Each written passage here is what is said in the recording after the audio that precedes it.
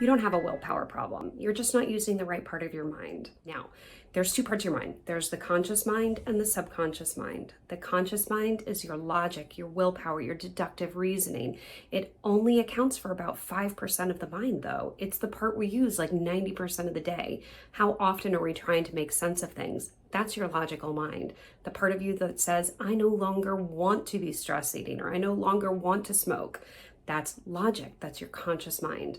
The other 95% is your subconscious. It is purely behavioral. It is purely reactive. It's emotions, and it is everything within it is learned from the moment you're born until today through associational learning, right? So if you're walking down the street and get attacked by a dog and you develop a fear of dogs, you've created the link in the subconscious mind that dogs are scary, dogs are painful. Therefore, you create what we call coping mechanisms to deal with being around dogs. Maybe that's avoiding them. Maybe it's, pulling back, fight, flight, freeze, right? Something along those lines.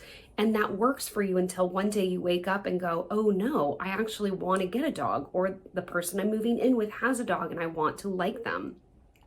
And you're going to try to change that with your logic and your willpower alone, but it's not going to work because 95% of your mind is saying, no, dogs are scary, and I have the data and I have the history to do that.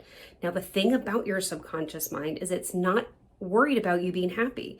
It's worried about you being safe. And being safe is its top importance, and that's why it can be very hard to change, because when we change, we are looking to move into the unknown, and the unknown is scary. We don't know what it's going to be like. And so we look to the past to make what the future can look like. And that's where we begin to imagine, visualize, picture, pretend that we know based on our past what the future can be, even if it's a negative, because we're trying to stay safe. But if we want to biohack that, we're going to go into the subconscious. We have to, right? We can't just logically will it away. We can't just have an affirmation and say it over and over and have it go deep into the mind. We need to go in there and swap one affirmation for another, but it has to make sense. It has to resonate on a deep emotional level. And that's where things like Go Burble or working with a hypnotherapist come into play. We are going to go in to find where your presenting issue is, right, which is the dog. And we're going to tap deep into the subconscious mind where the root association is to create that shift, because otherwise you're just going to trade one thing for another, right? Maybe you stop smoking, but you start drinking caffeine, right? It's scratching an emotional itch. And so we have to go after the emotion.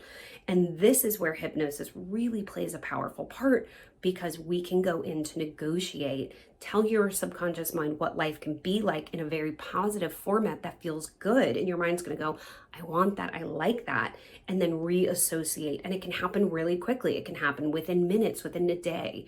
So again, it's finding that thing that resonates. Otherwise, there is this thin layer between the conscious and the subconscious called the critical factor, which is going to go, well, I tried it on, it doesn't feel right, and reject it, right? So people might ask me in hypnotherapy to make them think chocolate looks like poop. And again, like maybe you can get your head around that and it makes you stop eating it for a day or two, but the critical factor then is going to go, that doesn't really resonate with me, it doesn't work, and therefore it's going to kick it back out. You revert back to what keeps you safe, to what you know, right? And that's where we get stuck in pattern problems, is we're not finding the shift or the change that feels right, that resonates with you, because maybe you don't want to love a dog, maybe you just want to be tolerant. And so finding the right language is important.